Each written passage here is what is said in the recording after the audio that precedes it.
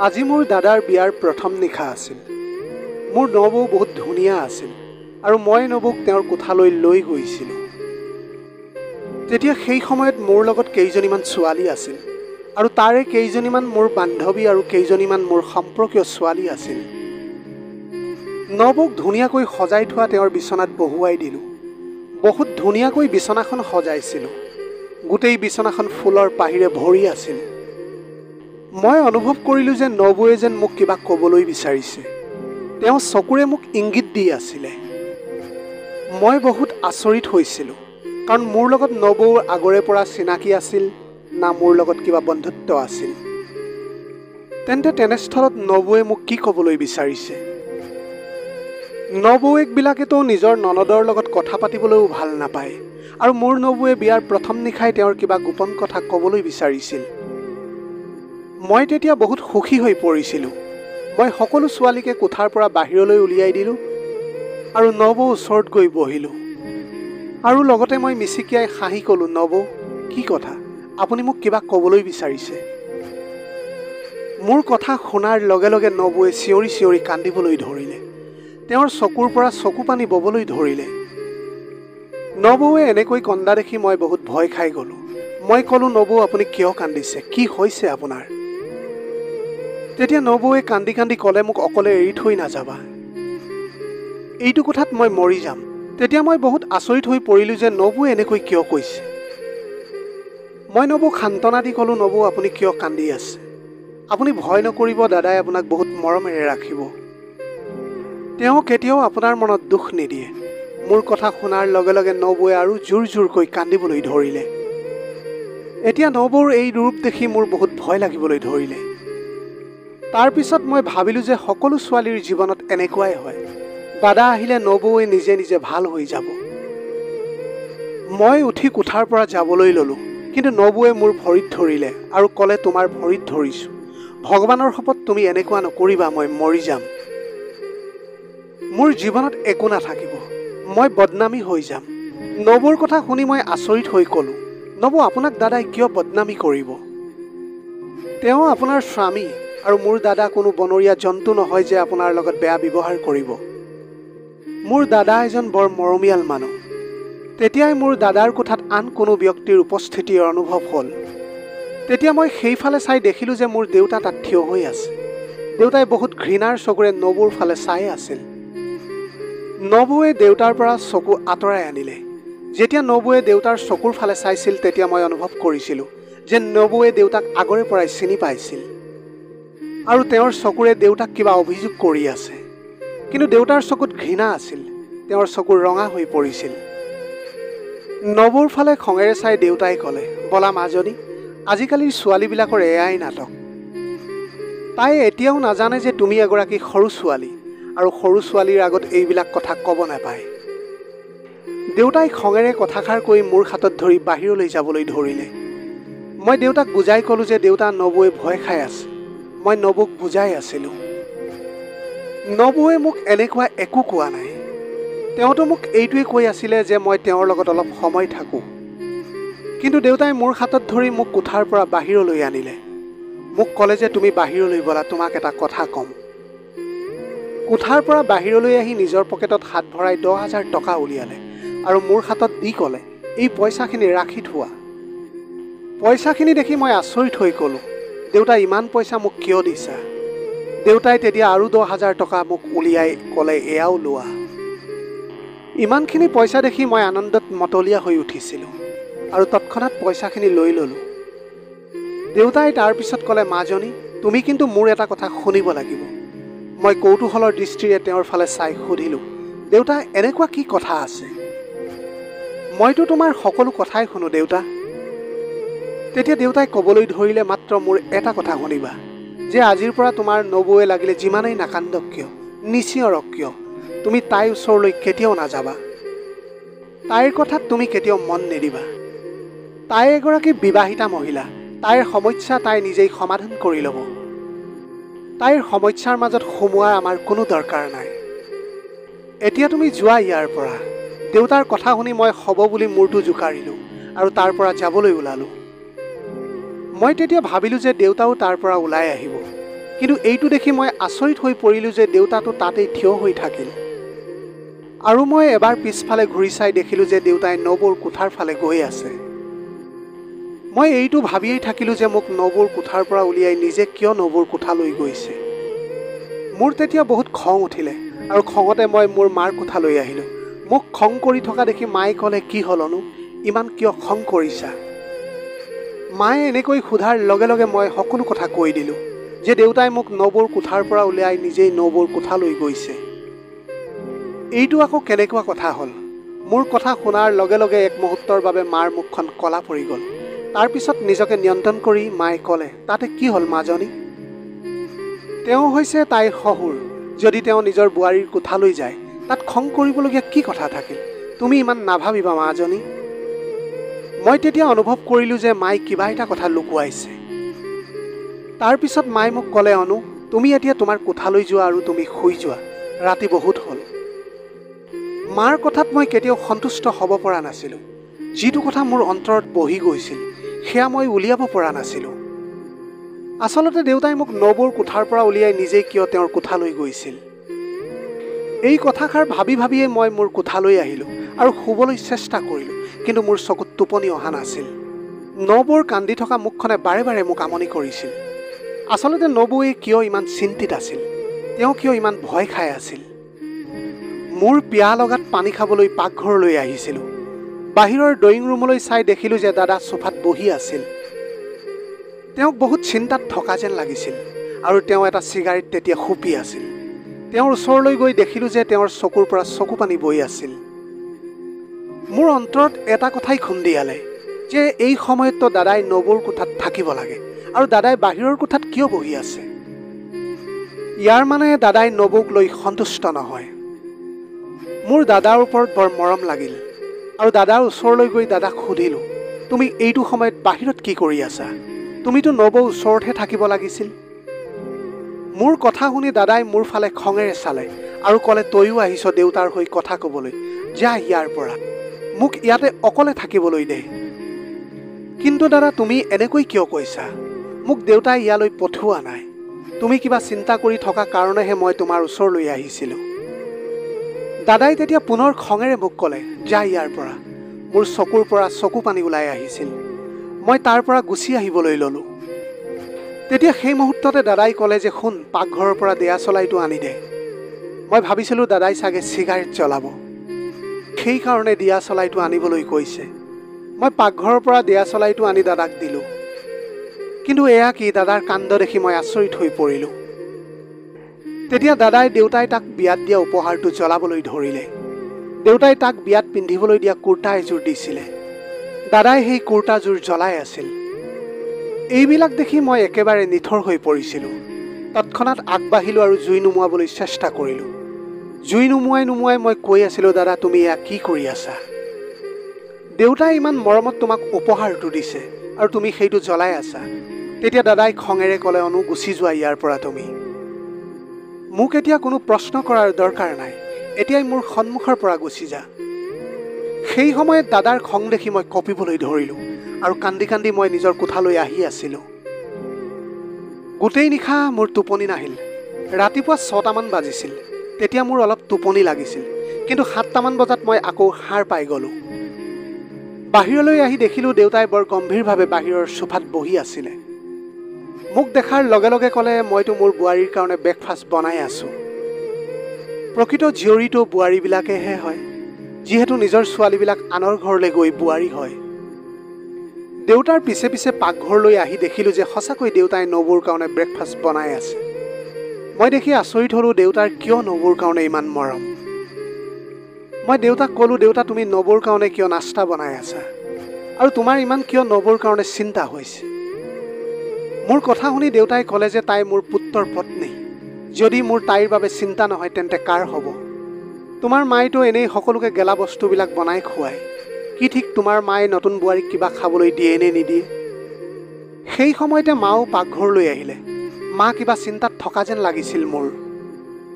মোক এনেকৈ থিয় হৈ থকা দেখি আৰু দেউতাক কিবা ৰান্ধি থকা দেখি কথাটো বেলেগ ফালে নি ক'লে, অনু মাজনী, তুমি এটা কাম কৰা, তুমি বাহিৰতে অপেক্ষা কৰা, মই তোমাৰ বাবে নাস্তা বনাই আছোঁ। ঘৰখনত সকলোবোৰ বৰ অদ্ভুত যেন লাগিছিল। মোক কোনেও একো কোৱা নাছিল। মোৰ মূৰটো চিন্তা কৰি কৰি বিষাই গৈছিল। মই নিজৰ মূৰটোতে এটা থাপৰ মাৰিলোঁ আৰু নিজৰ কোঠালৈ যাবলৈ ল'লোঁ। তেনেতে দাদা আৰু নবৌক তেওঁলোকৰ কোঠাৰ পৰা ওলাই অহা দেখিলোঁ। নবৌৱে বগা ৰঙৰ কাপোৰ এযোৰ পিন্ধি আছিল। কপালত কোনো ধৰণৰ ফুট লোৱা নাছিল। দাদাৰ মুখখনো কলা পৰি আছিল। নবৌক দেখি মই থতমত খালোঁ। তেওঁক দেখি একেবাৰে নতুন কইনা যেন লগাই নাছিল। দাদা আৰু নবৌ গৈ ডাইনিং টেবুলত বহিলে। ময়ো তেতিয়া নিজৰ কোঠালৈ নগৈ নবৌৰ ওচৰতে বহিবলৈ ল'লোঁ। মই ভালকৈ বহাই নাছিলোঁ। তেনেতে দেউতাই খঙতে চিঞৰিলে যে অনু মই তোমাক ৰাতি কি বুজাইছিলোঁ যে তুমি এইবিলাকৰ পৰা দূৰত থাকিবা। মই তোমাক কৈছিলোঁ নহয় তোমাৰ নবৌৰ পৰা তুমি দূৰত থাকিবা। তাইৰ ওচৰলৈ অহাৰ তোমাৰ কোনো দৰকাৰ নাই। মোৰ কথাত অলপো গুৰুত্ব দিয়া নাই তুমি। এজনী ভাল ছোৱালীয়ে এনেকুৱা কেতিয়াও নকৰে। নিজৰ মাক দেউতাকৰ কথা কেতিয়াও নেপেলায়। নিজৰ দেউতাকৰ কথা মানি চলাটো তোমাৰ কৰ্তব্য।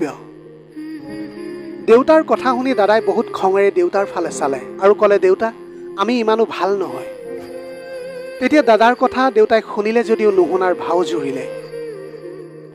মই নুঠিলোঁ আৰু তাতে বহি নাস্তা কৰি থাকিলোঁ। নাস্তা কৰি থকা 10 মিনিটমান হৈছিলেহে তেনেতে দৰজাত কোনোবাই টুকুৰিয়ালে। বাহিৰৰ দৰজাত টুকুৰিয়াৰ শব্দ শুনাৰ লগে লগে নবৌৰ মুখখন যেন জিলিকি উঠিল।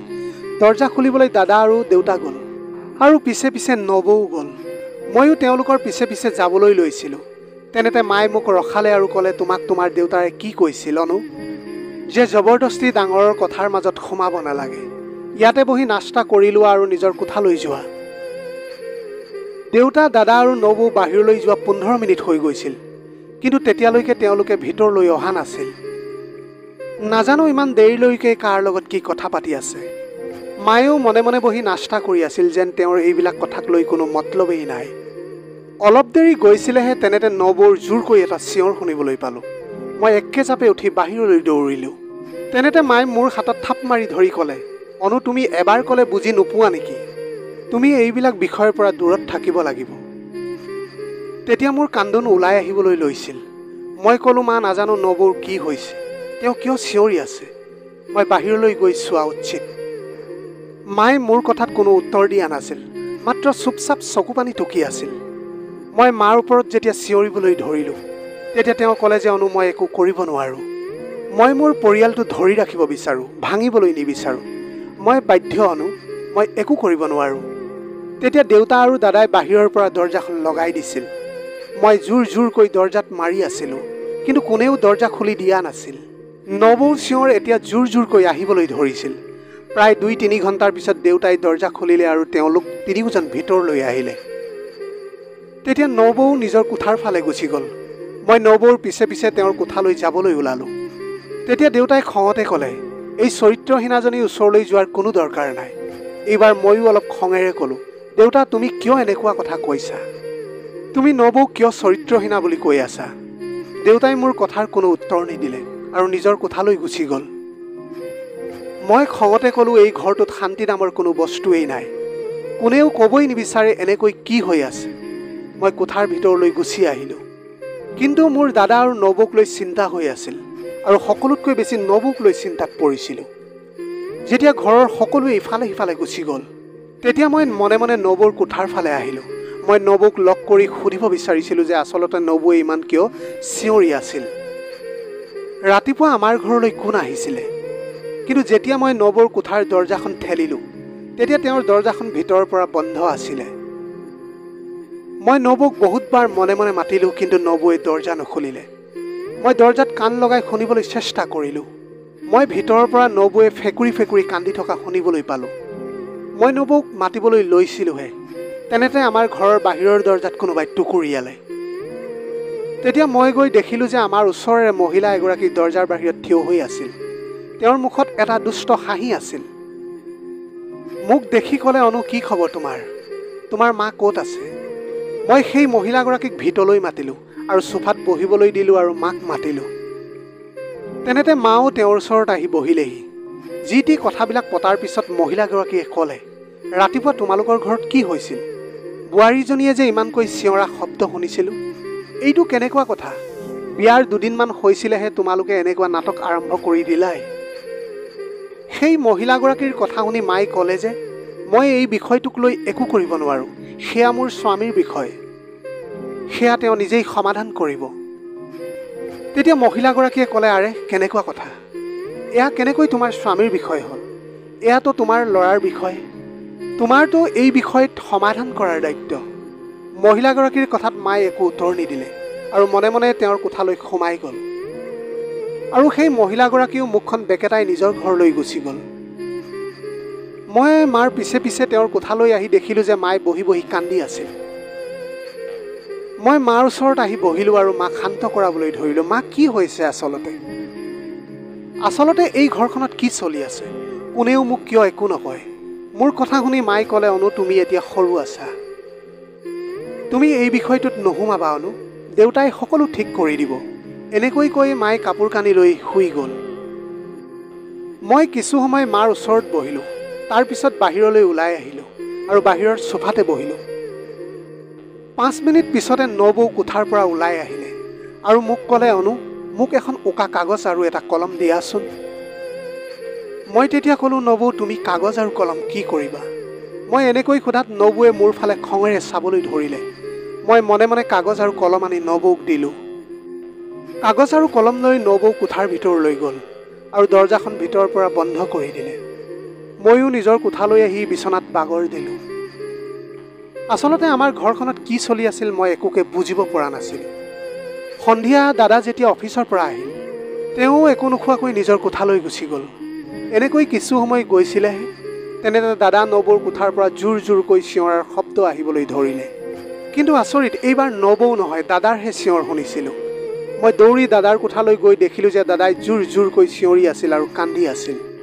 দাদাই জোৰ জোৰকৈ চিঞৰি দেউতাক কৈ আছিল যে প্লিজ দেউতা, নম্ৰতাক বচোৱা, আমি তাইক হস্পিটেললৈ লৈ যাব লাগিব। কিন্তু দেউতাই ক'লে যে নাই ৰবি, আমি তাইক হস্পিটেললৈ লৈ নাযাওঁ, তাই নিজৰ মৃত্যু নিজেই মাতি আনিছে, তাইৰ মৃত্যুৰ বাবে তাই নিজেই দায়ী, তাই আত্মহত্যা কৰিছে, আমি তাইক হস্পিটেললৈ লৈ নাযাওঁ। এনেকৈ কৈ দেউতাই আগুৱাই আহি নবৌৰ মেলি থকা চকুহাল বন্ধ কৰি দিলে। নবৌ যে এই পৃথিৱীত নাই সেই কথাটো মই মানি ল'ব পৰা নাছিলোঁ। দাদাই কান্দি কান্দি বিচনাত বাগৰি পৰিছিল। মই নবৌৰ মৃতদেহটোৰ ফালে চাই কান্দি আছিলোঁ।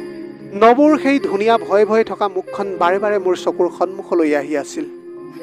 নবৌৱে কেনেকৈ কান্দি কান্দি কৈ আছিল যে প্লিজ মোৰ ওচৰৰ পৰা নাযাবা, মই মৰি যাম। আৰু আজি সঁচাকৈ নবৌ মৰি গ'ল। সকলোৱে দুখ মনেৰে চিন্তিত হৈ থিয় হৈ আছিল। তেনেতে দেউতাই দাদাক ক'লে, ৰবি, নম্ৰতাৰ ঘৰৰ মানুহক ফোন কৰি দিয়া যে তাইক লৈ যাওঁ। দাদাই নবৌৰ ঘৰৰ মানুহক ফোন কৰি দিলে। নবৌৰ ঘৰৰ মানুহ কিছু সময়ৰ পিছতে আহি পালেহি। তেওঁলোকে চিঞৰি চিঞৰি মোৰ দাদাক দোষাৰোপ কৰি কৈছিল যে আমাৰ ছোৱালীক তুমিয়েই মাৰিছা, তুমিয়েই হত্যাকাৰী, তুমি তাইৰ সৌন্দৰ্যত জ্বলিছিলা, সকলোৱে তোমাক জোকাইছিল কাৰণ আমাৰ ভনী ইমান ধুনীয়া আছিল আৰু তুমি দেখিবলৈ এজন সাধাৰণ কুৎসিত ল'ৰা আছিলা, সেইকাৰণে হয়তো তুমি তাইক মাৰি পেলালা। তুমি যদি তাইক ৰাখিবই নোৱাৰা তেন্তে বিয়া কিয় কৰাইছিলা? আমি আমাৰ ভণ্টিৰ পোষ্টমৰ্টেম কৰাম, পুলিচক গোচৰ দিম যে তুমিয়ে আমাৰ ছোৱালীৰ হত্যাকাৰী। তেনেকৈ নবৌৰ পৰিয়ালৰ মানুহে দাদাক ধমকি দি আৰু তাক দোষাৰোপ কৰি তাৰ পৰা গুচি গৈছিল। দেউতাই আমাক সকলোকে নবৌৰ কোঠাৰ পৰা বাহিৰলৈ উলিয়াই দিলে আৰু ক'লে, তোমালোক সকলোৱে বাহিৰত গৈ বহা। আমি সকলো বাহিৰলৈ অহাৰ পিছত দেউতাই ভিতৰৰ পৰা দৰজা বন্ধ কৰি দিলে আৰু ভিতৰত সোমাই থাকিলে। মই কথাটো বুজিব পৰা নাছিলোঁ যে আচলতে দেউতাই কোঠাৰ ভিতৰত গৈ কিয় সোমাই থাকিলে। ইতিমধ্যে নবৌৰ ঘৰৰ মানুহে নবৌৰ মৃতদেহ লৈ গৈছিলে, কিন্তু দেউতাই কিয় সেই কোঠাটোৰ ভিতৰত গৈ বহি থাকিলে? না দেউতাই বাহিৰলৈ ওলাইছিল, না কাৰোবাক ভিতৰলৈ সোমাবলৈ দিছিল। কিছু দেৰি পিছতে আমাৰ ঘৰলৈ পুলিচ আহিলে আৰু দাদাক লৈ গ'ল। তেনেকৈ বহুত সময় সোধ-পোছ কৰাৰ পিছত পুলিচে দাদাক এৰি দিলে। পুলিচৰ আন এটা দল আমাৰ ঘৰলৈও আহিছিল। দেউতাই আমাৰ ঘৰত আমাক কাকোৱে ভিতৰলৈ সোমাবলৈ দিয়া নাছিল, কিন্তু পুলিচখিনিক তেওঁ ভিতৰলৈ সোমাবলৈ দিলে। নাজানো দেউতাই পুলিচৰ লগত কি কথা পাতিছিল। কোঠাটোৰ ইফালে সিফালে ঘূৰি তেওঁ পুলিচক সকলো বস্তু দেখুৱাই দিছিল। পুলিচে কোঠাটোত ভালকৈ চেক কৰাৰ পিছত আমাৰ ঘৰৰ পৰা গুচি গৈছিল। ইফালে কান্দি কান্দি মাৰ অৱস্থাও বেয়া হৈ গৈছিল। দাদা এতিয়াও আহি পোৱা নাছিল।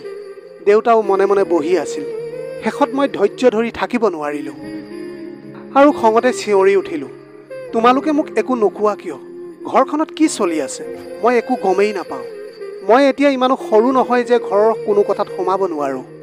মোৰো এতিয়া বিয়াৰ বয়স হৈছে।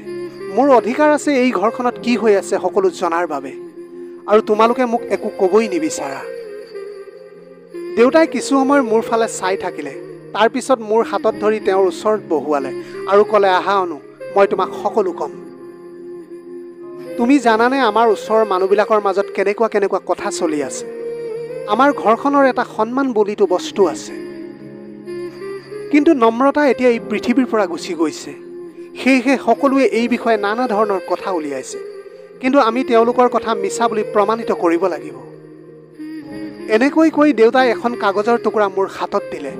কাগজখন হাতত লোৱাৰ লগে লগে মই চিনি পালোঁ যে এইখন সেইখনেই কাগজ আছিল যিখন কালি মই নবৌক দিছিলোঁ। মই কপা হাতেৰে সেই কাগজখন ল'লোঁ আৰু সেইখন পঢ়িবলৈ ধৰিলোঁ। চিঠিখন পঢ়াৰ পিছত মোৰ ভৰিৰ তলৰ মাটি পিছলি যোৱা যেন লাগিল। সেই চিঠিখন পঢ়াটো মোৰ কাৰণে বৰ কঠিন হৈ পৰিছিল। মই চকুৰে আন্ধাৰ দেখিবলৈ ধৰিছিলোঁ। নবৌৰ সত্যতা জানি মই নিথৰ হৈ পৰিছিলোঁ। চিঠিখন পঢ়াৰ পিছত মই বুজিব পাৰিলোঁ যে সেইদিনা ৰাতি নবৌৱে মোক তেওঁৰ লগত কিয় থাকিবলৈ কৈছিল। তেওঁ কিয় কৈ আছিলে যে মই বদনামী হৈ যাম, মই মৰি যাম, মোক বদনামৰ পৰা বচোৱা, মোক মৰাৰ পৰা বচোৱা। আৰু আজি সঁচাকৈ নবৌ মৰি গৈছে। মই সেই চিঠিখন দেউতাৰ হাতত দিলোঁ আৰু কপা মাতেৰে ক'লোঁ, দেউতা, কিন্তু সেই মানুহজনৰ নামটো তুমি কোৱা নাই মোক, যিজন এই সকলোবোৰৰ কাৰণে দায়ী আছিল। দেউতাই বহুত দুখ মনেৰে ক'লে, অনু, কি তুমিও তোমাৰ দাদাৰ দৰে মোকেই সেই অপৰাধী বুলি ভাবি লৈছা তুমি? মই ক'লোঁ, নাই দেউতা, মই তোমাক কেতিয়াও তেনেকৈ ভবা নাই। তুমিতো কোনো ভুল কৰিবই নোৱাৰা দেউতা। মোৰ তোমাৰ ওপৰত সম্পূৰ্ণ বিশ্বাস আছে, কিন্তু কোনোবা এজনটো আছে যিজন এই সকলোবোৰৰ কাৰণে দায়ী। এই সকলোবোৰৰ কাৰণে যিয়েই দোষী, পুলিচে তেওঁক বিচাৰি উলিয়াব। এয়া আমাৰ কাম নহয়। আমি এনেকৈ কথা পাতি থাকোঁতেই দাদা ঘৰ আহি পালেহি আৰু হঠাতে দেউতাৰ ভৰিত ধৰি বহি পৰিলে আৰু কান্দি ক'লে, দেউতা, মোক ক্ষমা কৰি দিয়া। মই তোমাক সন্দেহ কৰিছিলোঁ। মই জনা নাছিলোঁ যে নম্ৰতা তেনেকুৱা ছোৱালী বুলি। যেতিয়া তাই তোমাৰ ওপৰত অভিযোগ দিছিলে তেতিয়া মোৰ তাইৰ কথাত বিশ্বাস হৈ গৈছিলে। নম্ৰতাই কান্দি মোক কৈছিলে যে তোমাৰ দেউতাই মোক ভয় দেখুৱাই, ধমকি দিয়ে আৰু মোৰ লগত অবৈধ সম্পৰ্ক গঢ়িবলৈ বিচাৰে।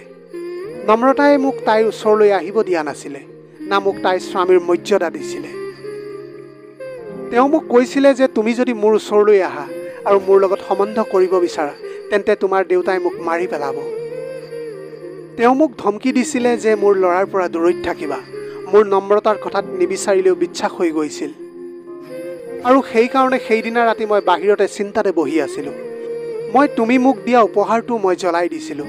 মই বহুত বেছি হতাশাত ভুগিছিলোঁ, কিন্তু মৰাৰ সময়ত নম্ৰতাই মোক সকলো কথা কৈ দিছিলে যে আপোনাৰ দেউতাৰ কোনো দোষ নাই।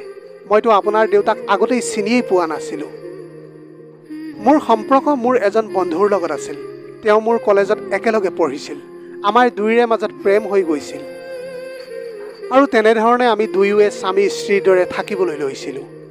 আমাৰ বিয়া হোৱা নাছিলে, কিন্তু আমি সোনকালে বিয়া পাতিবলৈ লৈছিলোঁ। কিন্তু তেতিয়ালৈকে মোৰ বিয়া আপোনাৰ লগত হৈ গৈছিল। নম্ৰতাই কৈছিল যে তাইৰ বয়ফ্ৰেণ্ডে তাইক এতিয়া ধমকি দি আছিল যে এতিয়া যদি তুমি তোমাৰ স্বামীৰ লগত শাৰীৰিক সম্বন্ধ কৰা, তেন্তে মই তোমাক মাৰি পেলাম। তোমাৰ কিছুমান উলংগ ফটো মোৰ লগত আছে, সেয়া সকলোকে দেখুৱাম আৰু তোমাক বদনাম কৰি দিম।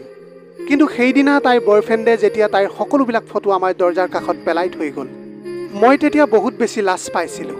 মোৰ দেউতাৰ ওপৰত সন্দেহ কৰিছিলোঁ আৰু সেইকাৰণে খঙতে নম্ৰতাৰ ওপৰত হাত উঠাইছিলোঁ। দেউতা, তুমি বহুত ভাল কাম কৰিলা পুলিচক সকলো সঁচা কথা কৈ, আৰু এতিয়া পুলিচকো নম্ৰতাৰ সেই চিঠিখনো দিয়া হ'ল। এতিয়া কোনো সন্দেহৰ কাৰণ নাই যে নম্ৰতাই আত্মহত্যা কৰিছে, আৰু তাইৰ আত্মহত্যাৰ কাৰণ তাইৰ বয়ফ্ৰেণ্ড। নহ'লেতো তাই নিজৰ লগতে আমাকো বদনামী কৰি থৈ গ'লহেঁতেন। মই আচৰিত হৈ দাদাৰ ফালে চাই আছিলোঁ। তেনেতে মই হঠাতে দেউতাক সুধিলোঁ, সেইদিনা তুমি মোক নবৌৰ কোঠাৰ পৰা উলিয়াই নিজেই কিয় তেওঁৰ কোঠালৈ গৈছিলা? তেতিয়া দেউতাই ক'লে যে মই সেইদিনা নম্ৰতাই ফোনত কাৰোবাৰ লগত কথা পাতি থকা শুনিছিলোঁ, যে মোৰ সকলো ফটো মোক উভতাই দে।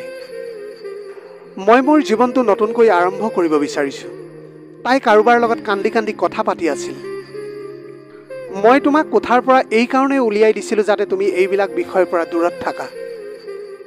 মই নম্ৰতাক মৰমেৰে সুধিবলৈ চেষ্টা কৰিছিলোঁ, কিন্তু তাই মোক একো নক'লে। ওলোটাই মোৰ ওপৰতহে খং কৰিবলৈ ধৰিলে যে আপোনাৰ লাজ নালাগে নতুন বোৱাৰী এজনীক এনে কথা ক'বলৈ। মই তাইক বহুত বুজাবলৈ চেষ্টা কৰিলোঁ যে তুমি মোক নিজৰ দেউতা বুলি ভাবিব পাৰা আৰু মোক তোমাৰ অন্তৰৰ সকলো কথা ক'ব পাৰা, কিন্তু তাই মোক একো নক'লে। মই নম্ৰতাক বিশ্বাস দিবলৈ চেষ্টা কৰিছিলোঁ, সেইকাৰণে মই নম্ৰতাৰ মনটো ভাল লগাবলৈ চেষ্টা কৰি আছিলোঁ। ৰাতিপুৱা উঠি মই তাইৰ কাৰণে ব্ৰেকফাষ্ট বনাইছিলোঁ, যাতে নম্ৰতাই মোক ভৰসা কৰিব পাৰে যে মই তাইক মোৰ ছোৱালীতকৈ বেছি মৰম কৰোঁ। দাদাই হাতযোৰ কৰি দেউতাক আকৌ এবাৰ ক্ষমা বিচাৰিলে আৰু ক'লে, দেউতা মোক ক্ষমা কৰি দিয়া, কিন্তু যি হ'ল ভালেই হ'ল। নম্ৰতা আমাৰ জীৱনলৈ এটা বেয়া সপোনৰ দৰে আহিছিল আৰু সোনকালেই আমাৰ সকলোকে চিন্তাৰ পৰা মুক্ত কৰি গুচি গ'ল। মই তেতিয়া দাদাৰ ফালে আচৰিত হৈ চাই আছিলোঁ। দাদাৰ মুখত না কিবা দুখ, না কিবা চিন্তা, না কিবা অনুশোচনা আছিল। এষাৰ কথা আছে যে যি মহিলাই নিজৰ স্বামীৰ বিশ্বাসী হ'ব নোৱাৰে, সেই মহিলাক পুৰুষে কেতিয়াও সন্মান নকৰে। লাগিলে তেওঁ যিমানেই ধুনীয়া নহওক কিয়, বা লাগিলেই তেওঁ বহুত ধনী বাপেকৰ জীয়েকেই নহওক বা কিয়। প্ৰিয় দৰ্শক, এয়াই আছিল আজিৰ কাহিনীৰ ভাগ। আপোনালোকে চাই কেনেকুৱা পালে নিশ্চয় কমেণ্ট কৰিবলৈ নাপাহৰিব। আপোনালোকৰ গোটেই জীৱনটো হাঁহিৰে উপচি পৰক। পাৰিলে দুখীয়াজনক অলপ সহায় কৰিবলৈ চেষ্টা কৰিব। আপোনালোকৰ অকণমান সঁহাৰিয়ে যদি কোনোবা এজন দুখীয়াৰ জীৱনটো সলনি কৰিব পাৰে, তাতকৈ পুণ্যৰ কাম আৰু এই পৃথিৱীত একোৱেই হ'ব নোৱাৰে। Have a nice day.